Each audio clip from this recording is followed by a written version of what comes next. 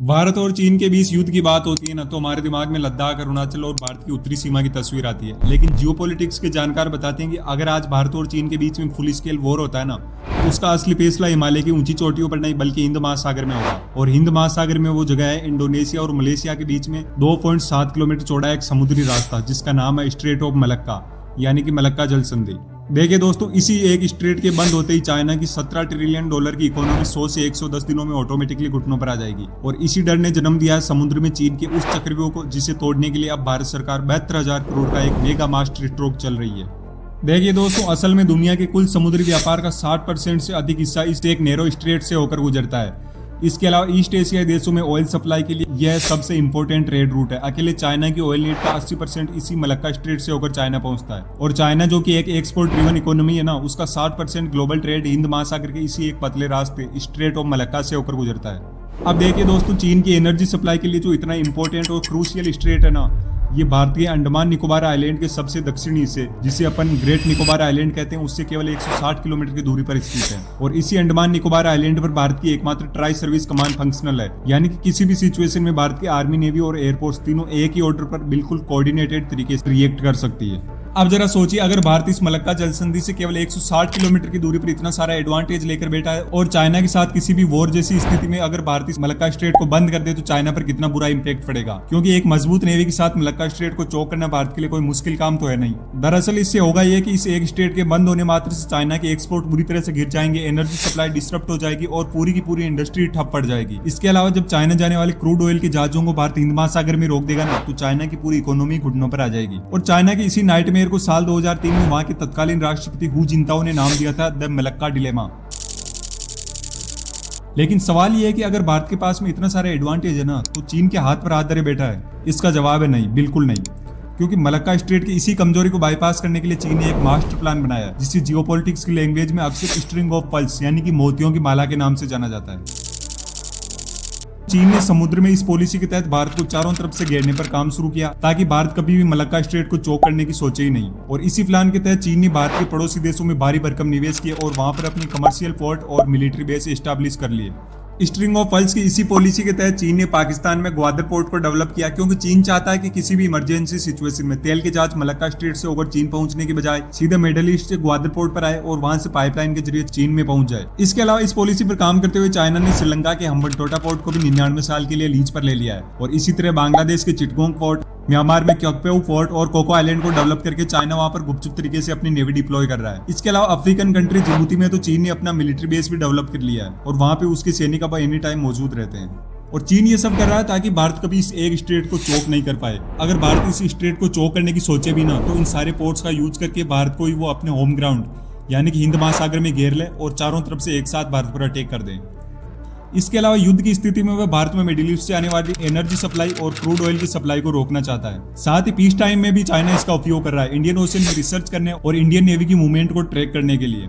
चूंकि अब भारत के इतने नजदीक चीन ने इतने सारे पोर्ट्स और मिलिट्री बेस बनाकर भारत की सिक्योरिटी के लिए डायरेक्ट थ्रेट क्रिएट कर दिया ना, इसलिए भारत सरकार ने स्ट्रिंग ऑफ पर्ल्स की इस पॉलिसी को काउंटर करने के लिए अपनी एक पॉलिसी बनाई, जिसका नाम है नेकलेस ऑफ डायमंड, यानी कि हीरो का हार। और इसी स्ट्रेटजी के तहत भारत ने चाइना द्वारा डेवलप किए गए इन पोर्ट्स को काउंटर करने के लिए दूसरे देशों में अपने पोर्ट्स विकसित किए।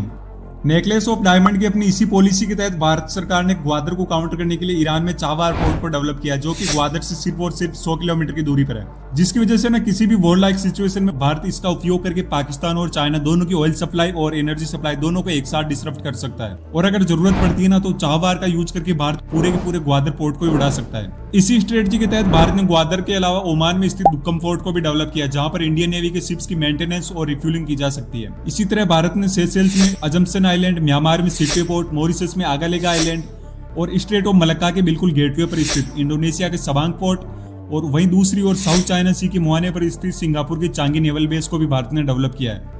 इनमें से इंडोनेशिया का सबांग पोर्ट और सिंगापुर का चांगी पोर्ट तो स्ट्रेट ऑफ मलक्का के बिल्कुल एंट्री पॉइंट की तरह है। इन दोनों पोर्ट्स का यूज करके इंडियन नेवी मलक्का स्ट्रेट पर 24/7 अपनी नजर रख रही है। देखिए, इन सारे पोर्ट से भारतीय नौसेना अपने नेवल शिप की रिफ्यूलिंग और हथियार व रसद आपूर्ति सुनिश्चित करती है, ताकि चीन के साथ किसी भी परिस्थिति में अगर युद्ध लंबा खिंच जाए ना, तो महीनों तक नौसेना के जहाजों को भारत आने की जरूरत ही नहीं पड़े और वे लगातार समुद्र में गश्त करते रहे देखिए, इस तरह से स्ट्रिंग ऑफ पर्ल्स की पॉलिसी से जहां चीन भारत को घेरने की तैयारी कर रहा था ना, वहीं नेकलेस ऑफ डायमंड की पॉलिसी के तहत इंडिया ने चाइना की स्ट्रिंग ऑफ पर्ल्स वाली पॉलिसी को फेल कर दिया है। लेकिन ये तो दोनों देशों के लिए एक तरीके से 50-50 वाली सिचुएशन हो गई, क्योंकि दोनों देशों में से किसी भी एक देश के पास में स्पष्ट लीड नहीं है। इसलिए भारत सरकार ने हिंद महासागर में अपनी अब तक की सबसे बड़ी चाल चली, जिसका चाइना के पास में भी कोई तोड़ नहीं है। और भारत सरकार की इस चाल का नाम है द ग्रेट निकोबार प्रोजेक्ट, जिसकी लागत है 72,000 करोड़ रुपए। देखिए, अब तक दूसरे देशों पर फोर्ट्स बनाकर भारत चीन को काउंटर कर रहा था, लेकिन फिर भारत सरकार ने सोचा कि क्यों नहीं हिंद महासागर में स्थित अपने अंडमान निकोबार समूह के सबसे दक्षिणी हिस्से ग्रेट निकोबार आइलैंड को डेवलप किया जाए, और वहां पर जो अपनी इकलौती ट्राई सर्विस कमान है ना, उसकी पावर को इतना बढ़ाया जाए कि किसी भी स्थिति में अगर जरूरत पड़ती है ना, तो इंडियन नेवी तुरंत मलक्का स्ट्रेट पर पहुंचे और उसे पूरी तरह से चोक कर दे, और इसका चीन के पास में कोई तोड़ भी नहीं होगा। और इसी पॉलिसी के अंडर भारत सरकार ने शुरू किया द ग्रेट निकोबार प्रोजेक्ट। देखिए, सबसे पहले तो इस प्रोजेक्ट की नींव 2021 में नीति आयोग ने रखी थी, लेकिन इसे एनजीटी से अप्रूवल अब जाकर फरवरी 2026 में मिला, यानी कि अब जाकर इस प्रोजेक्ट पर काम शुरू हुआ है। इस प्रोजेक्ट के तहत ग्रेट निकोबार आइलैंड पर एक इंटरनेशनल कंटेनर ट्रांसशिपमेंट टर्मिनल बनाया जाएगा, जिसके तहत एक तो हिंद महासागर से गुजरने वाले कार्गो शिप और ऑयल शिप में रिफ्यूलिंग करके और मेंटेनेंस के जरिए भारत सरकार रेवेन्यू जनरेट करेगी। वहीं दूसरा यह है कि यहाँ पर इंडियन नेवी की शिप डॉक हो सकेंगे। इसके अलावा इनकी मेंटेनेंस भी यही हो जाएगी। अभी इस काम के लिए इन शिप्स को चेन्नई या विशाखापट्टनम पोर्ट पर इतनी दूर आना पड़ता है। इसके अलावा इस ट्रांसशिपमेंट टर्मिनल के बनने से इंडियन नेवी को फ्लीट और लॉजिस्टिक सपोर्ट भी मिल जाएगा।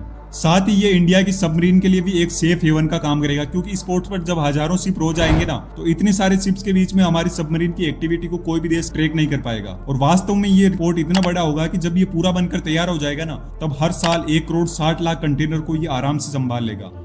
और इस तरह ग्रेट निकोबार प्रोजेक्ट के तहत भारत का दूसरा सबसे बड़ा एसेट होगा यहाँ पर बनने वाला इंटरनेशनल ग्रीनफील्ड एयरपोर्ट, जो कि ड्यूल यूज वाला एयरपोर्ट होगा, यानी कि इसका आधा हिस्सा तो सिविलियन यूज के लिए होगा और आधा हिस्सा सेना के लिए रिजर्व रहेगा। इस एयरपोर्ट का रनवे 3300 मीटर लंबा होगा और ये एयरपोर्ट इतना बड़ा होगा कि हर घंटे 4,000 यात्रियों को आराम से हैंडल कर लेगा। इसके अलावा इस प्रोजेक्ट के अंडर 450 मेगावाट का एक विशाल पावर प्लांट बनाया जाएगा, जो कि पूरे द्वीप को बिजली देगा। इतना ही नहीं, इस प्रोजेक्ट के तहत एक नया शहर ग्रेट निकोबार आइलैंड पर बसाया जाएगा, जिसमें 3 से 5 लाख लोग रह सकेंगे।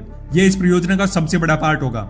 इस तरह से ग्रेट निकोबार प्रोजेक्ट के जरिए एक तो भारत सरकार इस आइलैंड को विकसित कर लेगी, दूसरी तरफ मलक्का स्ट्रेट की जो बिल्कुल छाती के ऊपर है ना, इतना बड़ा पोर्ट और एयरपोर्ट बनाकर इंडियन नेवी की यहाँ पर पकड़ सुनिश्चित कर लेगा भारत, और चाइना को भी दिखा देगा कि Indian ocean is the ocean of India, यानी कि हिंद महासागर हिंदुस्तान का महासागर है। अब देखिए, सुनने में तो ये प्लान बहुत शानदार लग रहा है, लेकिन असलियत ये है कि ये प्रोजेक्ट 2055 तक पूरा बनकर तैयार होगा। और जिस तरीके से अपने इंडिया में प्रोजेक्ट डिले होते हैं ना, कोई बड़ी बात नहीं है कि ये प्रोजेक्ट 2060 या 65 तक डिले हो जाए। वहीं दूसरी ओर इस प्रोजेक्ट से मलक्का स्ट्रेट को कंट्रोल करके चाइना की जिस पेट्रोलियम सप्लाई को कंट्रोल करने का भारत का प्लान है ना, वह चीन पेट्रोल डीजल के ऊपर अपनी निर्भरता इतनी तेजी से कम कर रहा है ना, कि 2035 तक तो चीन में बिकने वाली 100% नई गाड़ियां इलेक्ट्रिफाइड होगी।